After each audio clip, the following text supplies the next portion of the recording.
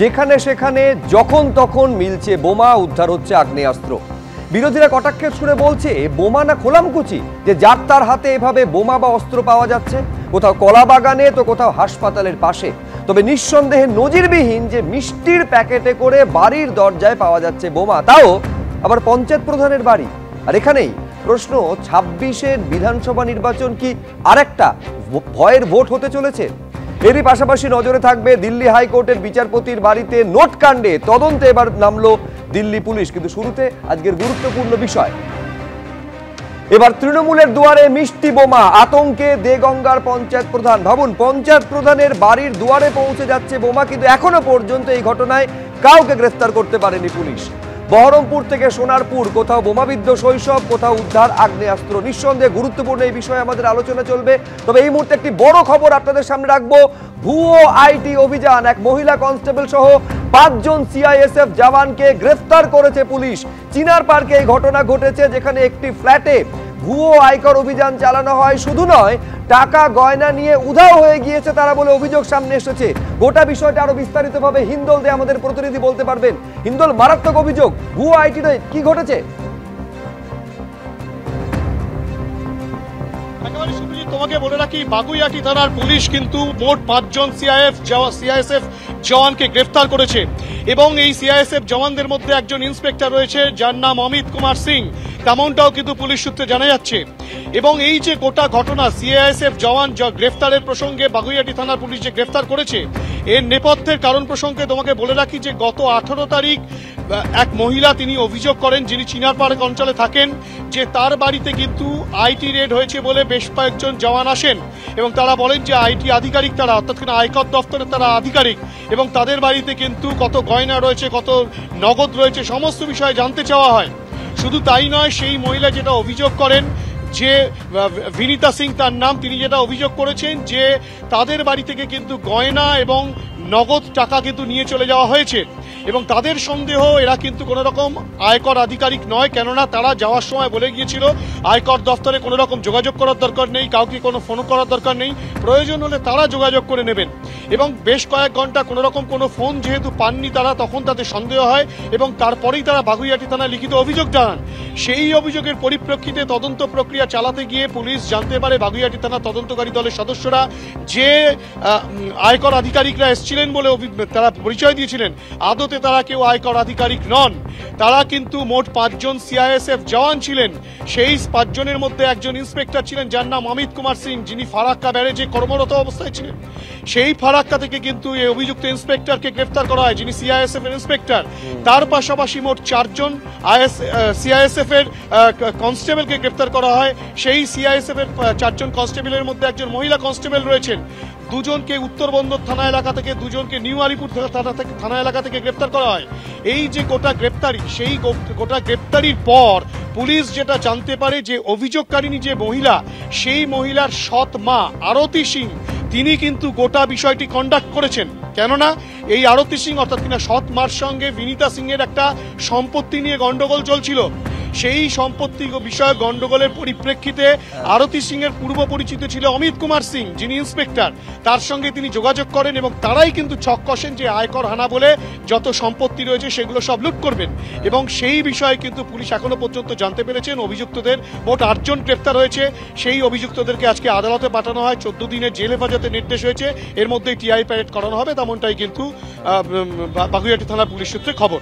শুভ্রজিৎ। বেশ হিন্দুল, আপাতত তোমাকে ধন্যবাদ। নিঃসন্দেহে অভিনব এই অভিযোগ, তার কারণ দর্শকেরা জানেন যে ফেক সিবিআই রেড নিয়ে একটা হিন্দি ছবি রীতিমতো জনপ্রিয় হয়েছিল, কিন্তু এখানে যাদের বিরুদ্ধে অভিযোগ তারা ৫ জন হচ্ছেন সিআইএসএফ জওয়ান, তার মধ্যে একজন মহিলা কনস্টেবল।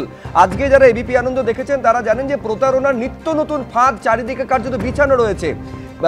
গ্যাসে ভর্তুকির যে ১৯.৫ টাকা যায়, সেখানে নাকি কেন্দ্র সরকার ঘোষণা করেছে ২০০ টাকারও বেশি পাওয়া যাবে এবং এক লপ্তে কোভিডকালে যে টাকাটা পাওয়া যেত না সেটা এক লপ্তে ৫,০০০ টাকা পর্যন্ত পৌঁছে যাবে, এরকম স্কিম নাকি কেন্দ্র সরকার ঘোষণা করেছে। এই বলে প্রতারণার ফাঁদ ছড়ানো হয়, যেখানে লক্ষাধিক টাকা কেউ কেউ খুইয়েছেন। আমি বলছি, আমি প্রাক্তন পুলিশ কর্তা অনিল জানার কাছে শুরুতেই আসবে। তো পুরো বিষয়টা অনিলবাবু আপনি শুনলেন, একটা পরিবারের ব্যক্তিগত স্তরে সম্পত্তিগত বিবাদ, কার্যত তার সুযোগ নিয়ে, কিন্তু যাদের বিরুদ্ধে অভিযোগ তারা হচ্ছেন সিআইএসএফ জওয়ান।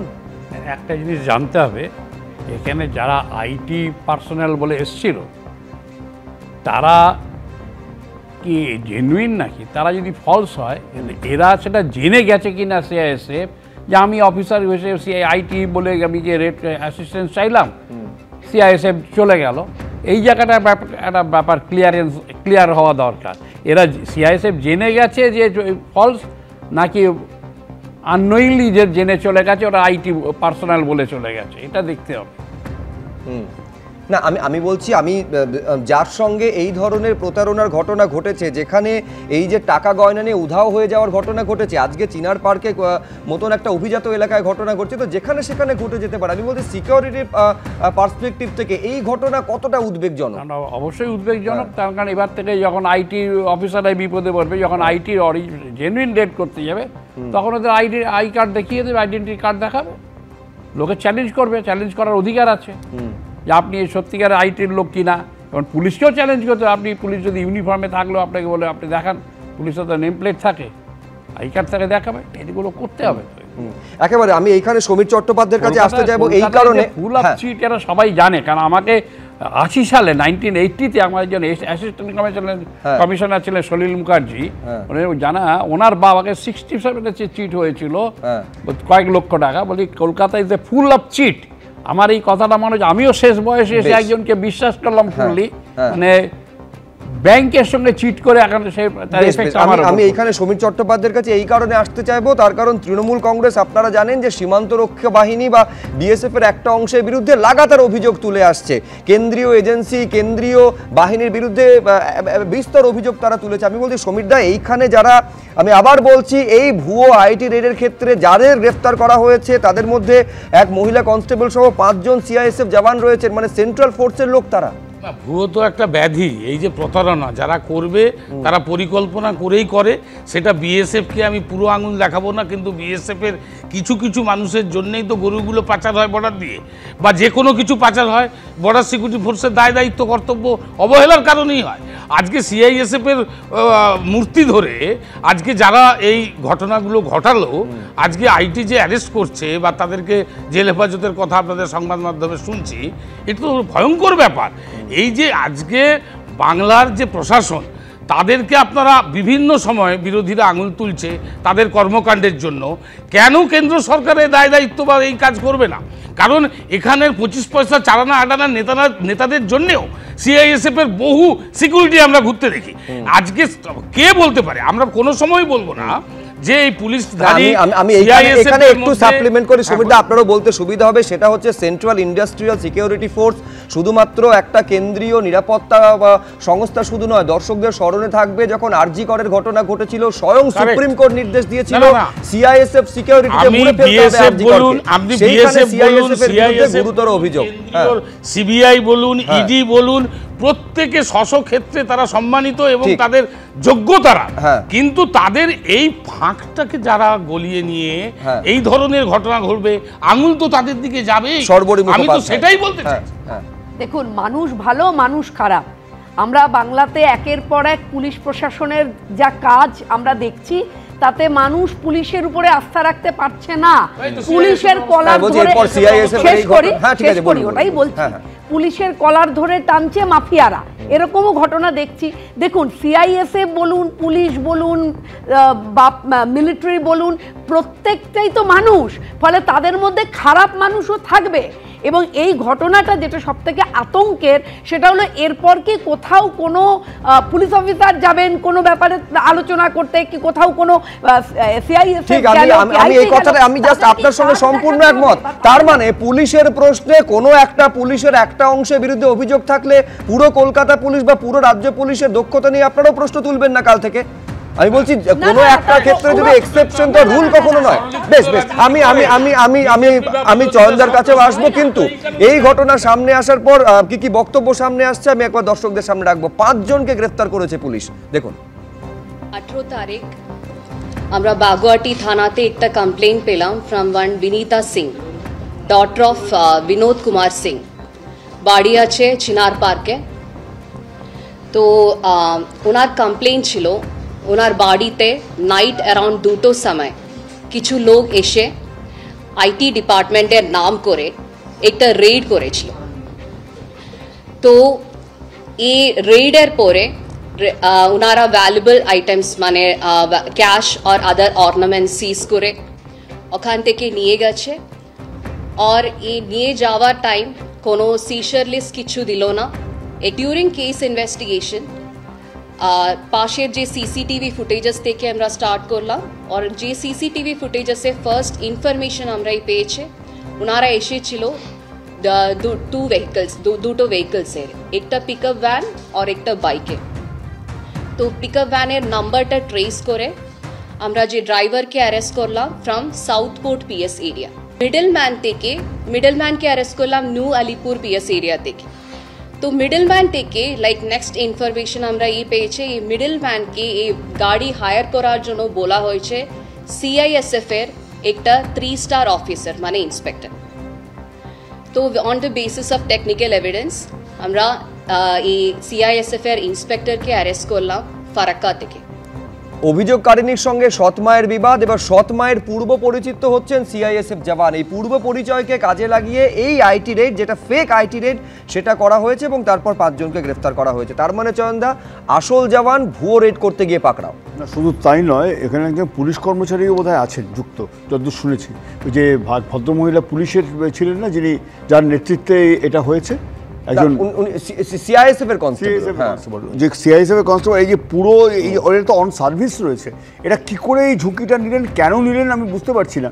কারণ সরকারি যারা কাজ করেন এবং আরক্ষা বিভাগের যারা কর্মী, তাদের তো একটা মিনিমাম ইয়ে থাকবে, কমিটমেন্ট থাকবে। এটা অনিলবাবু ভালো বলতে পারবেন, কিন্তু আমার কাছে মনে হচ্ছে কি ব্যাপারটা সমাজ ব্যবস্থাটা এমন জায়গায় চলে গেছে না, সরকারি কর্মীদেরও অসৎভাবে ব্যবহার করা যায়, এটা দেখতে পাচ্ছি আমরা। একটা সম্পত্তিগত বিবাদ যদি সেটা সামনে এসে যায়, এটা তো অত্যন্ত লজ্জাজনক ব্যাপার। আমি দাবি জানাচ্ছি এই সিআইএসএফ যে কর্মী, তাদের যেন উপযুক্ত শাস্তি হয়।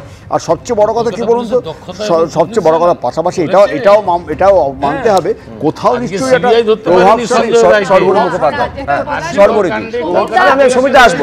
সমীরদা কলার তুলে লাভ নেই, সমীরদা পুলিশের অভিযানে 2023 সালে আমার স্পেসিফিক প্রশ্ন সর্বরী মুখোপাধ্যায়ের কাছে। আমি বলছি এইটা শুধুমাত্র সিআইএসএফ এর ক্ষেত্রে নয়, একাধিকবার এই অভিযোগ। কখনো বিএসএফ এর একটা অংশের বিরুদ্ধে তো তৃণমূল কংগ্রেস বারে বারে অভিযোগ তোলে। আচ্ছা, বিএসএফ এর সতীশ কুমার গরু পাচারের ক্ষেত্রে বারে বারে অভিযোগ সামনে এসেছিল, গ্রেফতার পর্যন্ত হয়েছেন। ফলে সেন্ট্রাল ফোর্সের একটা অংশের বিরুদ্ধে এই রকম অভিযোগ এবং ঘটনা, আমি বলছি কোথাও কি কেন্দ্র সরকারের কাছেও বিড়ম্বনার কারণ হয়ে দাঁড়াচ্ছে না? না, দেখুন, যে কোনো এই জাতীয় ঘটনা ঘটলে পরে সেটা নিশ্চয়ই একটা সমাজের কাছে এটা অত্যন্ত একটা কুৎসিত এবং সমাজের কাছে অত্যন্ত তার কারণ সমীরদা যতই গলা তুলে কথা বলুন, ঘটনাটা তো আপনি নিন্দা করছেন, খারাপ আর ভালো, ভালোটা তো সবসময় জানিয়েছেন কিন্তু খারাপটাকে খারাপ বলে তার শাস্তি দাবি করুন। কিন্তু এক্ষেত্রে স্বরাষ্ট্র দপ্তরের বিবৃতি দেন, পুলিশ ধরেছে। আরে কলকাতা পুলিশকে পুলিশ জানান, যাদেরকে নিন্দা করেন সকাল থেকে সন্ধ্যা পর্যন্ত। কিন্তু এর সঙ্গে অবাক লাগে এই ঘটনাটাই ধরেন, কিন্তু কিছুদিন আগে একজন প্রমোটারকে খুঁজে পাওয়া যাচ্ছিল না। এই কলকাতা পুলিশকে 2023 সালে স্বরাষ্ট্র দপ্তর 10 জনকে প্রাইজ দিয়েছিল। আমার প্রশ্ন সর্বরিদি, আমার প্রশ্নটা হচ্ছে পুলিশের ভূমিকা নিয়ে প্রশ্ন উঠলে পুলিশ মন্ত্রীর ইস্তফা চান, এবার সিআইএসএফ এর ভূমিকা নিয়ে প্রশ্ন উঠলে কেন তারা সংশ্লিষ্ট মন্ত্রীর ইস্তফা চাইবেন না? জওয়ানদের বিরুদ্ধে যে ব্যবস্থা নেবার, নিশ্চয়ই তাদের যিনি কমান্ড্যান্ট অফিসার, তিনি তার জন্য যে ব্যবস্থা নেবার নিশ্চয়ই নেবেন। না, নেওয়া তো উচিত, নেবেন মানে কি, নেওয়া তো উচিত, এক্ষুনি পদক্ষেপ নেওয়া উচিত। স্বরাষ্ট্র দপ্তরের কাছে আপনাদের মাধ্যমে যদি খবর গিয়ে যায়, এখনই পদক্ষেপ নিয়ে এদেরকে ক্লোজ করে দেওয়া উচিত। আজকে যে ঘটনাটাই তো মারাত্মক ঘটনা, এ তো সরষের ভিতরে ভূত। আজকে যে সিআইএসএফ কে নিয়ে গর্ব করে, আজকে যে সিআইএসএফ কে নিয়ে বিজেপির চালানা আটানা নেতাগুলো নিয়ে ঘুরে বেড়ায়, যাদেরকে মানুষই চেনে না, তাদের সুরক্ষা দেওয়ার জন্য বেশ আমি দুজনকে থামালাম। অনিল জানা, আমি সর্বদি আবার আসবো আপনার কাছে।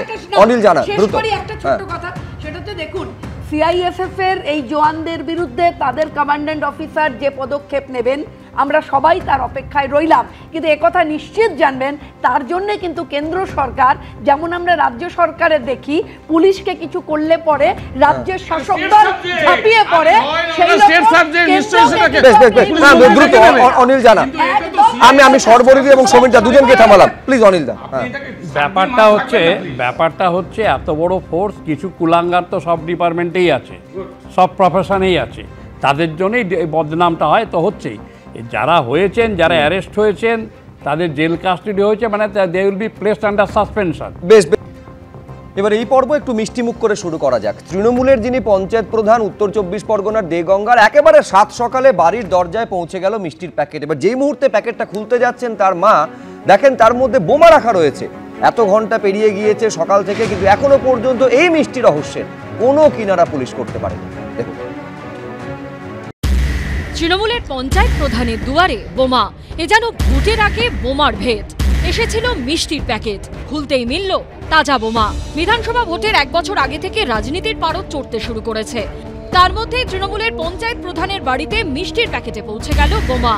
বুধবার এই ঘটনা ঘিরে শোরগোল পড়ে যায় উত্তর 24 পরগনার দেগঙ্গার দক্ষিণ 84 গ্রামে।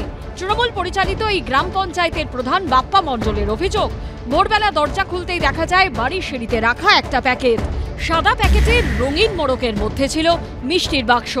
বাক্স খুলতেই চক্ষু চড়ক গাছ, রসগোল্লা বা লাড্ডু নয়, বাক্সের মধ্যে দুটো তাজা বোমা। সকাল 5:30টার দিকে মা দরজা খুলে দেখে গেটের সামনে একটা পার্সেল আছে। মা সঙ্গে সঙ্গে আমাকে ডাকে, আমি দেখি পার্সেলটা, আমার একটু সন্দেহ হয়, আমি পার্সেলটাকে নিয়ে সরিয়ে রাখি সাইডে এবং আমার মেজদাকে ডাকি। ও এসে কাঁচি দিয়ে পার্সেলটার সাইডটা কাটে, গিয়ে দেখে দুটো বোম আছে এর মধ্যে। তৃণমূলের পঞ্চায়েত প্রধানের বাড়ির দুয়ারে বোমা রাখলো কে? না, আমার সঙ্গে কারোর শত্রুতা নেই। রাজনৈতিকভাবে না। বিরোধীরা কেউ রেখেছে? না না। তাহলে এই পরিস্থিতি কি আতঙ্কিত আছি, বাবা মা নিয়ে থাকি, খুব আতঙ্কে আছি। তৃণমূল নেতা নিজেই এই ঘটনার সঙ্গে বিরোধীদের যোগের সম্ভাবনা উড়িয়ে দিয়েছেন। তাহলে সন্দেহ কার দিকে? আমি পুলিশ প্রশাসনকে আপনাদের মাধ্যমে অনুরোধ করব দ্রুত তদন্ত করে এটা বার করতে। গল্পে সিনেমায় মিষ্টি কিংবা উপহারের বাক্সে বোমা পাঠানোর দৃশ্য বহুবার দেখা গেছে। এবার বিধানসভা ভোটের 1 বছর আগে তাই ঘটে গেল বঙ্গ রাজনীতিতে। সমীরণ পালের রিপোর্ট, এবিপি আনন্দ, উত্তর 24 পরগনা। দেখুন, সমীর দ্বারা এই অভিযোগ বারে বারে করে এসেছেন যে 34 বছরে বামেরা কার্যত নীরব সন্ত্রাস চালিয়ে এসেছে। একেবারে বিরোধীদের বাড়িতে সাদা থান পর্যন্ত পাঠিয়ে দেওয়া হতো। দিনের পর দিন এই ঘটনা বামফ্রন্ট সরকার এবং সিপিআইএম করে এসেছে। আমি বলছি, এক্ষেত্রে যেটা দেখা যাচ্ছে, এটা তো একেবারে মিষ্টির প্যাকেটে বোমা শুধু পৌঁছে যাচ্ছে তাই নয়, যার বাড়িতে পৌঁছে যাচ্ছে তৃণমূলের পঞ্চায়েত প্রধান, এবং এখনো পর্যন্ত কাউকে ধরতে পারেনি পুলিশ। আমাকে বলছি? হ্যাঁ, আমি সমীর আপনার নাম দিতে শুরু করি। আচ্ছা, কে বা কারা কি উদ্দেশ্যে করেছে, যা ঘটনা সামনে এসেছে, এটা অত্যন্ত অনভিপ্রেত এবং অবশ্যই আতঙ্কিত ব্যাপার। এবং এটা নিশ্চয়ই তদন্ত করবেন পুলিশ, এবং পুলিশ অলরেডি সেই কাজ শুরু করেছে। কারণ আমরা একটা সত্যি কথাই দেখি যে আইনের পথেই চলবে, দোষী শাস্তি পাবে, যেই করে থাকুক উপযুক্ত শাস্তি পুলিশ ধরবে তো। এবং এদের মধ্যে যদি কোনো কেউ চক্রান্ত করে থাকে, কারণ বিরোধীতে তো ছলনার অভাব নেই, অনেক কিছু, কে বা কারা, আমি এখনই বলছি হতে পারে, সবই তো সম্ভাবনা। পঞ্চায়েত প্রধান তিনি নিজে বলছেন কোনো বিরোধী নেই, তার মানে কি শাসকের কেউ রয়েছে? দিন ধরেই ওই এলাকা কিন্তু উত্তপ্ত বিরোধীদের সাথে তৃণমূল কংগ্রেসের। এর মধ্যে রাজনৈতিক শত্রুতা আছে, তদন্ত হবে, তদন্ত করে দেখবে, এবং যারা দোষী তাদের উপযুক্ত শাস্তি হবে। কারণ আমরা বারবার বলছি যে এই ধরনের ঘটনা সত্যি কিন্তু আতঙ্কের ব্যাপার। আমি তো বলছি আতঙ্কের ব্যাপার বটেই, তার কারণ দর্শকদের স্মরণে থাকবে আজকে পঞ্চায়েত প্রধান তিনি বলছেন তিনি আতঙ্কে রয়েছেন। কয়েকদিন আগে একজনকে থেতলে মেরে দেওয়া হলো, কাউন্সিলর বলছেন তিনি আতঙ্কে রয়েছেন। মালদার ঘটনায় দুলাল সরকারের স্ত্রী তিনি আতঙ্কে রয়েছেন। এখন শাসক দলের নেতারা যদি আতঙ্কে থাকে, সর্বরিদি সাধারণ মানুষের আতঙ্ক দূর করবে কে? আরো 2-4টে নাম আছে, যেমন কিছুদিন আগে ওনাদের প্রাক্তন মন্ত্রী সাবিত্রী দেবী বললেন এত বোম আসছে কোথা থেকে। কেমন বিষয়টা দেখুন, কখনো কখনো আমরা তৃণমূলের নেতাদের মুখ থেকে শুনছি বিশৃঙ্খলতা এবং টিএমসি সমর্থক শব্দ। সমীরদা জানেন, এটা আমরা বলছি না, ওনাদেরই নেতা বলছে। আবার ধরুন কিছুদিন পরে, কিছুদিন মাত্র কয়েকটা দিন আগে ওনাদেরই কোনো নেতা তিনি বলছেন যে কেউ 100 কোটি টাকা কামিয়ে নেবে, আর কেউ কিছু টাকাও পাবে না, তা বললে হয় নাকি? এই কথাগুলো আমরা কিন্তু শাসক দলের মুখ থেকেই শুনছি। আর কিছুদিন আগে দেখুন বিচারপতি তীর্থঙ্কর বাবু বলেছিলেন যে পুলিশ নিরপেক্ষভাবে কাজ করে না, কোথাও সক্রিয়, অতি সক্রিয়, কোথাও সক্রিয় নয়। দেখুন আমরা দেখলাম এই কাজটাতে সমীর বাবুরা একদম বিরাট কলার তুলে যে 5 জনকে ধরা হয়েছে, বেশ ভালো, স্যালুট কলকাতা পুলিশকে। কিন্তু এই ঘটনাগুলোতে দেখবেন বিচারপতি ঘোষ বলছেন তিনি যে পুলিশ কিন্তু নিজের কাজটা করে না। সাদা পোশাকের পুলিশ থাকতেও অনেক সময় অনেক অন্যায় দারুণভাবে সংগঠিত হয়। পুলিশ মানে কিছু পুলিশ তাহলে বলুন, কয়েকজন পুলিশ বলুন, সার্বিকভাবে বলবেন না। কিছু পুলিশ, কিছু খারাপ লোক, কিছু মানুষের তো থাকে, আমরা বলি তো। আমাদের সবথেকে দুর্ভাগ্যের বিষয়টা কি জানেন?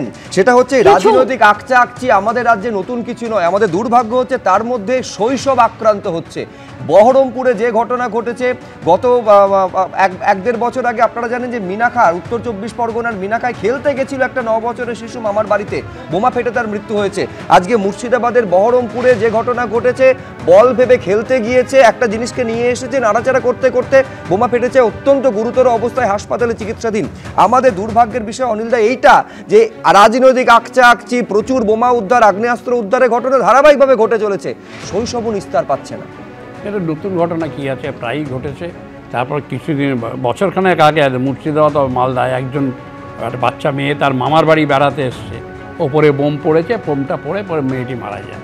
এগুলো তো হচ্ছে প্রথম নয় না, এই আমি বলছি তারপরেও এইভাবে যেখানে সেখানে একেবারে তাজা বোমা পড়ে থাকার ঘটনা, আগ্নেয়াস্ত্র ঘটনা পড়ে থাকার ঘটনা, সেই ঘটনায় কোনো রাষ্ট্র টানা যাচ্ছে না। আমি বলছি ফিরদৌস শামীমের কাছে আমি এইখানে আসতে চাইবো, এই সমস্ত ঘটনার ক্ষেত্রে যে তৎপরতা প্রশাসনের থেকে প্রত্যাশা করা উচিত, যে তৎপরতা পুলিশের তরফ থেকে আমরা আশা করে থাকি, সেই তৎপরতা কি সব ক্ষেত্রে শামীমদা দেখা যাচ্ছে? না হলে এই ধরনের ঘটনা এভরি অল্টারনেট ডে কেন আমাদের খবরে আসে? দেখুন, সেটা দেখা তো যাচ্ছেই না। দেখুন, আপনি law and order state subject, এবং পুলিশ যদি কোনো ক্ষেত্রে অতি সক্রিয় হয়ে ওঠে এবং কোনো ক্ষেত্রে নিষ্ক্রিয় হয়ে ওঠে, তাহলে মানুষজনের যে প্রশাসনের প্রতি বিশ্বাস, সেই বিশ্বাসটা থাকবে না।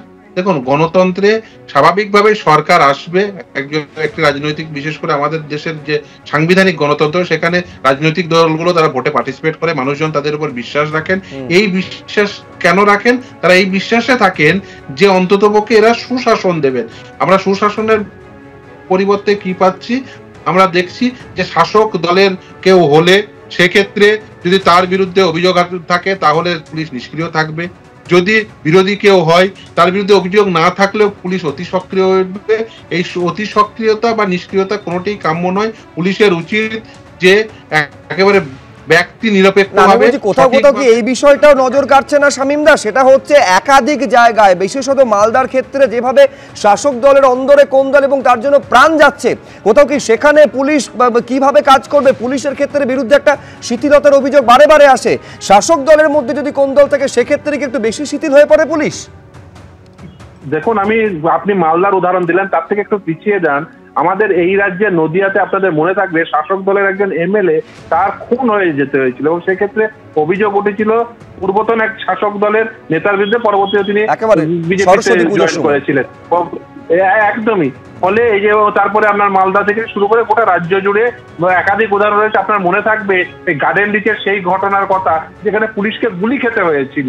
ফলে এই সমস্ত ঘটনাগুলো আসলে, এই যে দুষ্কৃতি রাজ যদি শুরু হয় না, তাহলে তারা কে, এবং এই যে বাঘের পিঠে শাসক দল অনেক সময় চেপে যাচ্ছে, এই বাঘের পিঠ থেকে নামতে পারবেন না। যদি এই দুষ্কৃতীদের কন্ট্রোল না করতে পারেন, তাহলে কিন্তু তারাই কিন্তু ওই আপনাদের কন্ট্রোল নিয়ে নেবে। দুর্ভাগ্য হলো আমার এখানে প্রশ্ন চয়নদের কাছে, তার মানে দুষ্কৃতীদের কন্ট্রোল না করতে পারে, আমি বলছি কন্ট্রোল করতে পারছে না, নাকি কন্ট্রোল কোন একটা বিশেষ কারণে করা হচ্ছে না, একটু ছাড় দিয়ে রাখা হচ্ছে? পারছেন না, সেটা একাধিকবার আমরা দেখতেও পেয়েছি। 14 জানুয়ারি 2025 স্থানীয় বিধায়ক সুজাপুরের তৃণমূল আব্দুল গনি, সুজাপুরের তৃণমূল ব্লক সভাপতি সাদিউল শেখ আমার কোনো কথা শোনেন না, এই অভিযোগ তুলেছিলেন। সত্যজিৎ বিশ্বাস খুন হয়েছিলেন, যেটা শামীম বললেন। সত্যজিৎ বিশ্বাস খুন হয়েছিলেন, এমএলএ, সিটিং এমএলএ, তিনি খুন হয়েছিলেন। ব্যাপারটাকে বহরমে লঘুক্রিয়া হয়নি, আপনি তো রায়গুলো দেখেছেন। আমার কাছে খুব স্পষ্ট কথা, এই বোম রাখা নিয়ে বিধায়ক যা, পঞ্চায়েত সভাপতি যা বলছেন ঠিক আছে, কাউকে দিন সন্দেহ করছেন না, কিন্তু কোথাও তো একটা ঘটনা ঘটেছে, কোথাও তো একটা গোলমালের জায়গা আছে। আইন শৃঙ্খলা পরিস্থিতি নিয়ে তো প্রশ্নটা আমরা তুলবই, কারণ বোমা পাওয়া যাচ্ছে একজন শাসক দলের জনপ্রতিনিধির বাড়ির সামনে। বোমা পাওয়া যাচ্ছে যদি আরে না তপন শুকুর কিছু করতে পারেনি, কিন্তু আরাবুল সমুন্নত কাউরকে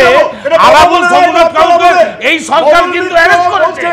এই সরকার তাদের পাশে দাঁড়ায়নি, তারা তৃণমূল করলেও এইটাকে ঠিক করতে হবে যে জিরো টলারেন্স, আইনের ক্ষেত্রে জিরো টলারেন্স, খারাপ ক্ষেত্রে জিরো টলারেন্স। এটা দেখিয়েছে জিরো টলারেন্সের কথা নিঃসন্দেহে মুখে বলা হচ্ছে, তা নিয়ে কোনো সংশয় নেই। বারে বারে এই আলোচনাতে, বহু আলোচনাতে উঠে আসে বকটুইয়ের কথা, যেখানে স্বয়ং মুখ্যমন্ত্রী গিয়ে সময় বেঁধে দিয়েছিলেন 1 সপ্তাহ, যার মধ্যে রাজ্যের সমস্ত বেআইনি অস্ত্র, বোমা ইত্যাদি উদ্ধার করতে হবে। এবং তারপর কতটা গতি পেয়েছে সেই উদ্ধার কাজ, এত পরপর ঘটনায় সেগুলো দিনের আলোর মতন সামনে আসছে। এবার উদ্ধারের প্রসঙ্গ যখন এলো, আমি এইখানে সোনারপুরের খেয়াদার একটা ছবি আপনাদের সামনে রাখবো, যেখানে ভাবতে পারেন প্রাথমিক স্বাস্থ্য কেন্দ্রের পেছনে উদ্ধার হচ্ছে আগ্নেয়াস্ত্র, 3টি আগ্নেয়াস্ত্র, কার্তুজ ইত্যাদি উদ্ধার করা হয়েছে। একেবারে গোপন সূত্রে খবর পেয়ে পুলিশ গেছিল এবং এই অস্ত্র উদ্ধার নিয়ে নরেন্দ্রপুর থানার যিনি আইসি, তিনি কি বলছেন রাখবো আপনাদের সামনে, তারপর আবার আমি আলোচনায় ফিরছি। দেখুন, গতকাল বিকেলবেলা আমরা একটা খবর পাই যে অনুপ পৈলান বলে একজন লোক, তার কাছে কিছু ফায়ার আর্মস অ্যান্ড অ্যামুনিশন রয়েছে। তো এই খবরটা আমরা পাওয়ার পর এটাকে আমরা ওয়ার্কআউট করি এবং তাকে আমরা ডিটেইন করি তার বাড়ি থেকে, এবং সেখান থেকে ও ইন্টারোগেশনে বলে যে ও কাছে 3টে ফায়ার আর্মস, 1 শাটার এবং 6 রাউন্ড গুলি একটা বড় ফিশারি আলাঘরে লুকিয়ে রেখেছে।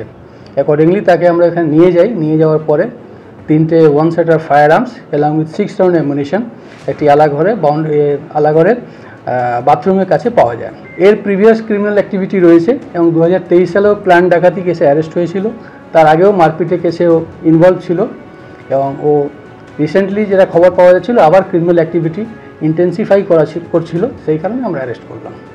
একটা অদ্ভুত বৈপরীত্য দেখতে পাবেন প্রাথমিক স্বাস্থ্য কেন্দ্র, যেখানে মানুষ রোগমুক্ত হতে যান, যেখানে নতুন প্রাণের সঞ্চার হয়, সেখান থেকে কিছুটা দূরে পাওয়া যাচ্ছে প্রাণনাশের চক্রান্ত এবং সেখানকার উদ্যোগ। তার কারণ এই অস্ত্রগুলো নিশ্চয়ই কোনো, আমি বলছি একেবারে কোনো শুভ কর্মের জন্য রাখা হয়নি, নিশ্চয়ই এর পেছনে কোনো একদম চিকিৎসার জন্যও রাখা হয়নি, কারুর না কারুর প্রাণনাশ বা পাচারের ষড়যন্ত্র ছিল। প্রশ্ন হচ্ছে এর সঙ্গে 26-এর নির্বাচন কোনোভাবে জড়িত কিনা। সমীর, দেখুন, আপনারা রাজ্য প্রশাসনের উপরে যে খারাপ ঘটনাগুলো দেখেন নিশ্চয়ই সমালোচনা হবে, কিন্তু এগুলোও তো প্রশংসা যে যেখানে অস্ত্র আছে পুলিশ গিয়ে ধরে ফেলছে। আমি দক্ষিণ 24 পরগনার জীবনতলা, কুলতলি, সোনারপুর, নরেন্দ্রপুর, তালিকা দীর্ঘ থেকে দীর্ঘতর হচ্ছে। সমীর দা এসছিল হাটেবাজার এক্সপ্রেস যতদূর সম্ভব, সেখান থেকেও আপনাদের ক্যামেরা দেখাচ্ছিল যে বিহার থেকে এত অস্ত্র ধরেছে। হ্যাঁ ঠিকই, মানে বিহার থেকে মালদা হয়ে কলকাতায় ঢুকছে, মাঝখানে কেউ জানতে পারছে না, পুলিশ অ্যাকশন নিচ্ছে। আমি বলছি অত্যন্ত ভালো কাজ করেছে কলকাতা পুলিশের এসটিএফ, কিন্তু আমার প্রশ্ন হচ্ছে বিহার থেকে মালদা হয়ে এতটা পথ কয়েকশো কিলোমিটার এলো ট্রেনে করে, আমার প্রশ্ন হচ্ছে পুলিশের কোনো তার মানে ইন্টেলিজেন্স ছিল নাকি এতটা পথ নিরাপদে সে চলে? আরপিএফ কে দেখে? আরপিএফ কে ধরবে নাকি? যখন এই সাঁতরাগাছিতে দুরন্ত এক্সপ্রেসে যখন পান্না থেকে আসছে, তাকে সাঁতরাগাছিতে ধরছে কলকাতা পুলিশ, তাহলে রেলের চেকিংটা কে করে? এই চাপানোতরের মাঝে নিজেকে কেমন যেন স্যান্ডউইচ মনে হয়। এর রাজ্যের তরফে বলা হয় কেন্দ্রের দায়িত্ব, কেন্দ্রের তরফে বলা হয় রাজ্যের দায়িত্ব। এই দায়িত্ব নিয়ে পাসিং দ্য বাক যদি চলতে থাকে, সাধারণ মানুষ তাদের নিরাপত্তাটা সুনিশ্চিত করবে কে? দিল্লি হাইকোর্টের বিচারপতি যশবন্ত বর্মার বাড়িতে বিপুল অঙ্কের পোড়া নোট উদ্ধারের ঘটনায় আপনারা জানেন যে গতকাল 3 সদস্যের যে কমিটি, তারা অনুসন্ধানে যায় তার আবাসনে, এবং আজকে এই যে ছবি আপনারা দেখতে পাচ্ছেন, দিল্লি পুলিশের একটি দল তারা আজকে বিচারপতির আবাসনে যান।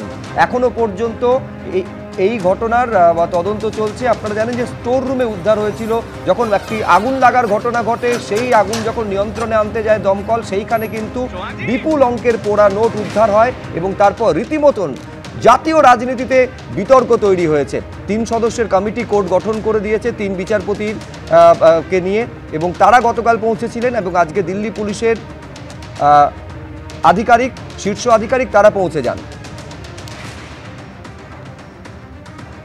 আমি এখানে ফিরদৌস শামীমের কাছে একবার আসতে চাইবো। আমার শামীমদা, নিঃসন্দেহে এই বিপুল অঙ্কের টাকা উদ্ধারের ঘটনা অনেককেই মনে করিয়ে দিচ্ছে পার্থ চট্টোপাধ্যায়ের বান্ধবীর বাড়িতে 50 কোটি টাকা নগদ উদ্ধারের ঘটনা। সেই টাকার মালিককে দীর্ঘদিন ধরে তা নিয়ে কোর্টে পর্যন্ত সওয়াল জবাব চলেছে। 14ই মার্চ এই টাকা উদ্ধারের ঘটনা ঘটেছে, আজকে আমরা 26 তারিখ কথা বলছি, 12 দিন পেরিয়ে গিয়েছে, কিন্তু এখনো পর্যন্ত এই টাকা বিচারপতির বাড়িতে কিভাবে পৌঁছলো, কে রাখলো, তার উত্তর পাওয়া গেল না। দেখুন, সুপ্রিম কোর্টের collegium already 3 member in house inquiry চালাচ্ছে। দেখুন, আমাদের কে ভেরাস্বামী মামলায় নিশ্চিতভাবে একজন বিচারপতির এগেনস্টে এফআইআর করা যায়, কিন্তু subject to the consultation with CGI, এটা অলরেডি সুপ্রিম কোর্টের জাজমেন্ট আছে। এবং শুধু তাই নয়, এই যে সুপ্রিম কোর্টের কলেজিয়ামের নির্দেশে যে 3 সদস্যের যে এনকোয়ারি টিম তৈরি হয়েছে, তারা যে এনকোয়ারি করছে সেটিকে চ্যালেঞ্জ করে যাতে এফআইআর রুজু করা হয়, সেই সংক্রান্ত একটি মামলাও সুপ্রিম কোর্টে হয়েছে। সিজিআই সেই মামলাটিকেও লিস্টিং করার জন্য পারমিশন দিয়েছেন, সেটা লিস্টিং হবে অ্যাকর্ডিংলি। ফলে এই মামলাটি বিচারাধীন। দেখুন, এই দুটো ভাষ্য থাকতে পারে। একটা ভার্সন কি হতে পারে যে সত্যি সত্যি এটা ঘটেছে, আর একটা ভার্সন কি হতে পারে যে না না আসলে এটাকে ফাঁসানো হয়েছে। ফলে দুটো ভার্সনই থাকতে পারে। ফলে এই দুটো ভার্সনের থাকার মাঝখানে যে কোনো অন্য কিছুও হতে পারে। সেই অবস্থায় দাঁড়িয়ে প্রিলিমিনারি এনকোয়ারি হওয়া উচিত। কেন উচিত?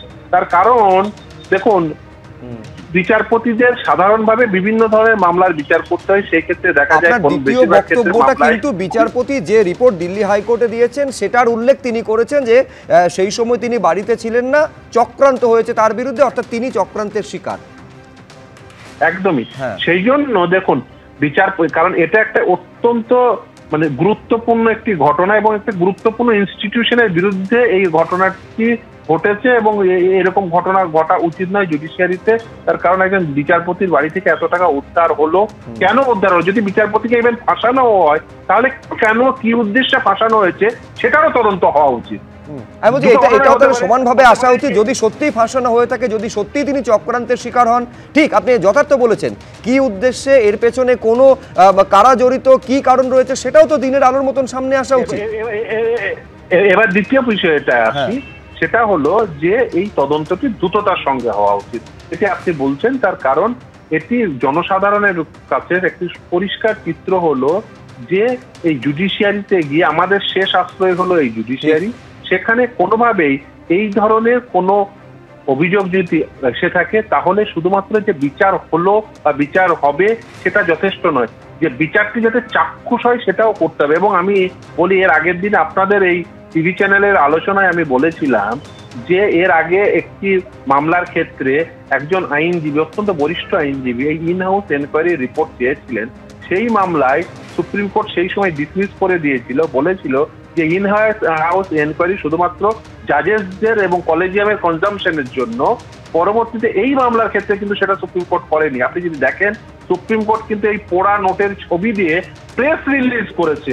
ফলে আমি বলবো, এই ক্ষেত্রে অন্ততপক্ষে সুপ্রিম কোর্ট বর্তমানে যে প্রসিডিওর অ্যাডপ্ট করেছে সেটা একেবারেই সঠিক প্রসিডিওর। তার কারণ হতে পারে কিছুটা সময় লাগতে পারে, নিশ্চিতভাবে প্রেস রিলিজ দিয়েছে, ইন হাউস এনকোয়ারি হচ্ছে। এবং শুধু তাই না, সুপ্রিম কোর্ট এই যে এফআইআর রুজু করতে হবে সেই সংক্রান্ত মামলাটিও শুনবেন। ফলে সমস্ত দিকই খোলা থাকছে। আরেকটি দিক যেটা সত্যি যেটা আমাদের সাংবিধানিক প্রভিশন রয়েছে, সেটা হচ্ছে ইমপিচমেন্ট প্রসিডিওর। এবং আপনারা দেখেছেন এলাহাবাদ যে বার অ্যাসোসিয়েশন, তারা কিন্তু এই দাবি করেছেন ইমপিচমেন্ট প্রসিডিওর নিষেধ করা উচিত, কিন্তু সেটি একেবারেই আইনসভার সদস্যদের বিষয়, যে সেখানে স্পেশাল মেজরিটি দিয়ে ইমপিচমেন্ট করা যেতে পারে। এবং আপনাদের যথার্থ একটা তথ্য জানায়, যদিও এর আগে আমাদের কলকাতা হাইকোর্টের একজন বিচারপতির বিরুদ্ধে সেটি শুরু হয়েছিল, কিন্তু আলটিমেট সেটা শেষ হয়নি। তার কারণ তিনি তার আগেই তিনি রেজিগনেশন দিয়ে দেন। ফলে এই যে জাজের বিরুদ্ধে কি হওয়া উচিত সেটা যেমন আমি বলছি, নিঃসন্দেহে বিচার ব্যবস্থার প্রতি সাধারণ মানুষের আস্থা যেন কোনোভাবে টাল না খায়, এইটা কিন্তু সুপ্রিম কোর্ট নিশ্চিত করার চেষ্টা করেছে। তার কারণ একটা হচ্ছে এই বিপুল অঙ্কের পোড়ানোর উদ্ধার হওয়া, এটা যদি নজিরবিহীন হয়, সুপ্রিম কোর্টের এই ছবি সাইটে আপলোড করা এবং রিপোর্টটা আপলোড করে দেওয়া, এটা বিচার ব্যবস্থার ট্রান্সপারেন্সি,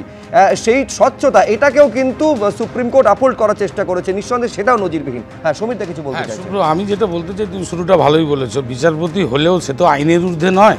আর এই ধরনের ঘটনা যখন আজকে আগুনটা লেগেছে বলেই তো বোঝা গেল, এবং দমকলের যে ডিজি অতুল গর্গ, তিনি কিন্তু প্রথমে অস্বীকার করেছিলেন, পরে কিন্তু তা শোনা যাচ্ছে তিনি স্বীকার করে নিয়েছেন। এবং এই যে 14 তারিখ থেকে আজকে 26 তারিখ, এত ডিলে কেন? ঠিক আছে, কমিটি তদন্ত এমনভাবেই হোক যা মানে দুধ কা দুধ পানি কা পানি পরিষ্কার হোক। বিচারপতি তো আমাদের ঠিকই যে আমরা সাধারণ মানুষ, শেষ আস্থা ভরসা তো বিচার ব্যবস্থা। কিন্তু আমি সম্পূর্ণ আরেকটা অন্য পাশ থেকে সর্বোপরি মুখোপাধ্যায়ের কাছে আসতে চাইছি। আমি বলছি কেন্দ্র সরকারে বেশ আমি কেন্দ্র সরকারে বিজেপি রয়েছে, দিল্লি সরকার সেটাও বিজেপি, কিন্তু ঘটনা ঘটার পর 12 দিন হয়ে গেল, এখনো পর্যন্ত প্রশাসনের তরফে সেই সক্রিয়তা কি সর্বোপরি দেখা যাচ্ছে? একেবারে রাজ্যে যখন বিপুল পরিমাণে টাকা উদ্ধার হলো, অত্যন্ত তৎপরতার সঙ্গে ইডি ময়দানে নেমে গেল, এখনো এতদিন পর দিল্লির যিনি শীর্ষ আধিকারিক তিনি ঘটনাস্থলে যাচ্ছেন, তদন্তের তৎপরতা প্রশাসনের তরফে দেখা যাচ্ছে কি? দেখুন সারদার টাকা অ্যাম্বুলেন্সে করে গেছিল, সেটাও আমরা জেনেছিলাম। আমরা পশ্চিমবঙ্গের টাকার পাহাড়ও দেখে নিয়েছি তৃণমূলের কল্যাণে। আমরা কিন্তু তৃণমূলের দেখুন প্রত্যেকটা কথাই যদি কথাই হবে না, কারণ এটা যদি তৃণমূলে তাহলে কিন্তু কথা বলা যাবে না। আমার কথা বলতে দিন, আপনি কন্টিনিউ করুন, আপনি কন্টিনিউ করুন। প্রত্যেকটা টাকার পাহাড় পশ্চিমবঙ্গের মানুষ এই তৃণমূলের কল্যাণে আমরা দেখলাম। খাটের তলা থেকে টাকা বেরোচ্ছে, বাথরুমের ছাদ থেকে গয়না বেরোচ্ছে, আমরা দেখলাম। না আমি বলিনি, আমি শেষ করেছি। আমরা এটা দেখলাম। আপনি এটা দেখুন যে কেন্দ্রের কোনো ইন্টারভেনশন নেই, এবং তার সঙ্গে সঙ্গে আপনি যে বলছেন যে কেন্দ্র আমার বুঝতে পারছেন না বিষয়টা। আমি বলছি সুপ্রিম কোর্ট অত্যন্ত দ্রুত পদক্ষেপ নিয়েছে, সঙ্গে সঙ্গে 3 বিচারপতির কমিটি গঠন করে দিয়েছে। আমার বক্তব্য হচ্ছে প্রশাসনের টাকা উদ্ধার, দিল্লি পুলিশের আজকে আধিকারিক 12 দিন পরে ঘটনাস্থলে পৌঁছেছেন, তৎপরতা কোথায় প্রশাসনের? এক মিনিট কথা বলতে, বিষয়টা হচ্ছে অন্য কিছু নয়, ব্যাপারটা হচ্ছে যে এখানে একটা গভর্নমেন্টের পক্ষ থেকে ল্যাকুনা আছে, 2-3টে ইনফরমেশন পুলিশের কাছে ছিল না। প্রথম কথা হচ্ছে এই বিচারপতি শেষ করে আশ্চর্য, আমি শেষ করবো কেমন? কথা শুরুই করতে দিচ্ছেন না, চলবে। এখানে নির্দিষ্টভাবে বলা দরকার, এই উনি যে একটা চিনি কলেজ স্টেক হোল্ডার, চিনি কলেজ যে অনারারি ডিরেক্টর, সেই তথ্যটা আমরা পরে জানতে পেরেছি, এবং সেই চিনি কলেজ যে আর্থিক দুর্নীতি সেটাও তদন্তাধীন ছিল, সেটা আমরা দ্রুত জানতে পেরেছি। সে কারণে ইডির ইন্টারভেনশন খুব জরুরি ছিল। এবং শেষ যেটা আমি বলবো, বেশ আমি চয়নদাকেও থামালাম, অনিল দা দ্রুত, আমি সবাইকে থামাচ্ছি। অনিল জানা, যেহেতু এখানে জুডিশিয়ারির অফিসার ইনভলভ, কোশ্চেনটা উঠেছে, সেখানে subject to the approval of the judiciary পুলিশকে ইন্টারভেন করতে পারে না, এইভাবে দুম করে নিজে অন ইজ ওন পুলিশরা ঢুকতে পারবে না। যেখানে কলেজিয়াম নিশ্চয়ই একটা অ্যাপ্রুভাল পেয়েছেন। আমাদের মনে আছে হাইকোর্টে, আমাদের কলকাতা হাইকোর্টে একটা ঘরের দখল নিয়ে নিতে আমাদের বেশ নিঃসন্দেহে এইবারে একাধিক প্রশ্ন রয়েছে। দমকলে প্রাথমিক রিপোর্টে টাকার উল্লেখ কেন ছিল না? এই টাকা কি সত্যি বিচারপতি, নাকি বিচারপতি যেমনটা বলছেন যে তাকে ফাঁসানো হয়েছে সেইটা সত্যি? পুরো সত্য একদম ট্রান্সপারেন্সির সঙ্গে সামনে আসুক, এটা দেশবাসী চাইছেন। তদন্ত এখন কি উঠে আসে সেদিকে নজর থাকবে।